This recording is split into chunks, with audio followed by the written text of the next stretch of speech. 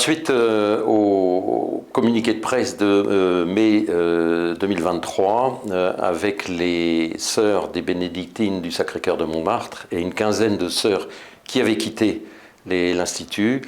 il avait été souhaité une commission indépendante. J'ai été appelé en mai 2024 par la prière générale qui m'a demandé de pouvoir assurer cette commission, avec comme mission principalement, d'une part de regarder tous les abus qui s'étaient produits, les abus spirituels, les emprises psychologiques qui se sont produits. C'était donc une relecture de l'histoire, mais également de regarder leur fonctionnement actuel. Cette commission donc pluridisciplinaire regroupe toutes les compétences, à la fois des écoutants qui ont été formés, des canonistes, juristes, théologiens, médecins spécialisés dans les emprises, pour un total de 26 membres qui ont signé une charte de confidentialité dès leur entrée et de l'appel que je leur ai fait et auquel ils ont répondu bénévolement.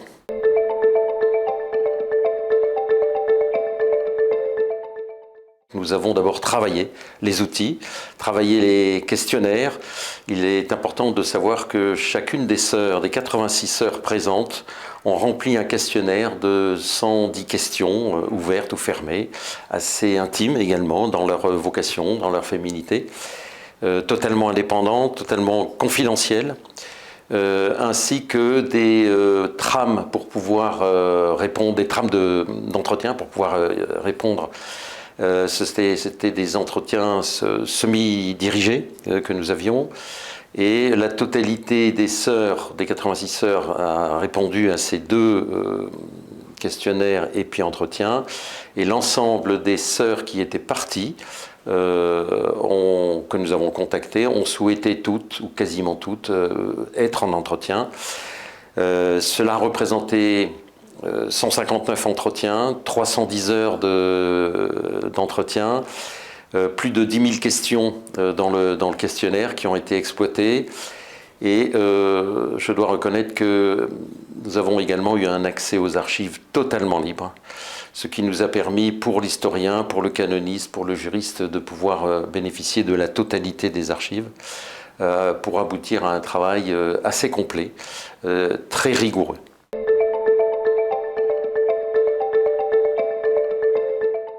Alors nous avons constaté, puisque nous avons étudié avec rigueur la totalité des verbatims à la lumière des définitions sur les abus, abus spirituels,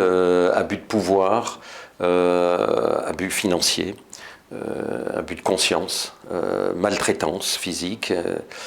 Nous avons donc pu constater près de 1500 abus qui se sont déroulés tout au long de cette quarantaine d'années, et avec une accélération à partir de 2004 jusqu'en 2012, qui a abouti à ce moment-là à une visite apostolique, puis l'installation du commissaire apostolique, Monseigneur Philippe Guenlé. Ces abus spirituels, c'est aussi des abus de conscience, ce sont des abus dans le fort interne de chacune des sœurs concernées, et ce qui fait qu'elles n'avaient plus accès, il y avait une dépersonnalisation qui se faisait, il fallait penser pour la sœur et à la place de la sœur. Il y avait aussi en même temps un système de surveillance, de délation, nous avons appelé ça un régime policier. Et puis il faut aussi insister sur la partie abus physique avec un gavage imposé, allant jusqu'au vomissement régulier des sœurs, et avec une soumission médicamenteuse pour les plus récalcitrantes, pour celles qui étaient aussi bien entendu malades, avec peut-être la complicité de certains médecins.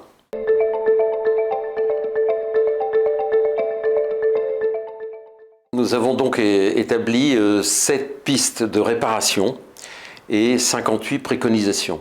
Les 58 préconisations s'appliquent bien entendu aux bénédictines du Sacré-Cœur de Montmartre, s'appliquent également à la vigilance de l'ordinaire du lieu, c'est-à-dire donc le diocèse qui était chargé de valider les élections, et ainsi également au dicaster. Ces préconisations touchent un peu tous les domaines. Nous estimons aujourd'hui que la congrégation est redevenue sûre, mais qu'elle est encore fragile. Je dirais c'est une renaissance encore en convalescence, et qu'il était important, avec l'ensemble de ces préconisations, Là encore, une innovation. La Commission, consciente des enjeux, a souhaité revenir dans 2 ans pour pouvoir regarder ce qui aura pu être fait, afin également de mettre peut-être un petit peu la pression sur les acteurs. Et dans les points majeurs que nous pourrions retirer sur ces préconisations, il y a tout d'abord de souhaiter aux bénédictines du Sacré-Cœur de Montmartre de revenir à leur texte fondateur, de regarder également par rapport à la règle Saint-Benoît, et de regarder donc leur constitution, de regarder tout ce qui ferait et tout ce qui va faire leur vie. Il est important également pour nous de dire aux sœurs qu'il faut apprendre à se reparler. Elles ont été soumises au silence permanent, et donc c'était important également d'avoir à la fois cette formation, mais également cet accompagnement individuel, sans oublier, parce qu'il n'y a pas aussi que les sœurs, il y a aussi celles qui sont parties, qui ont été aussi bien abîmées psychologiquement, de penser à ça, et c'est bien dans les pistes de réparation que nous avons données à la congrégation pour pouvoir regarder comment faire. L'ensemble de ce travail nous a permis de nous rendre compte, avec les expériences passées sur des missions, sur d'autres congrégations, qu'il y avait peut-être, nous avions défriché. C'était la première fois, d'une part, qu'il y avait une demande pour une mission sur les abus spirituels, une demande émanant de la congrégation elle-même, et puis sur les emprises et sur les emprises psychologiques et les abus spirituels, parce que je pense qu'on a défriché. Et l'expérience et la connaissance nous indiquent que les outils que nous avons mis pourraient tout à fait être transposables pour d'autres commissions qui seraient créées.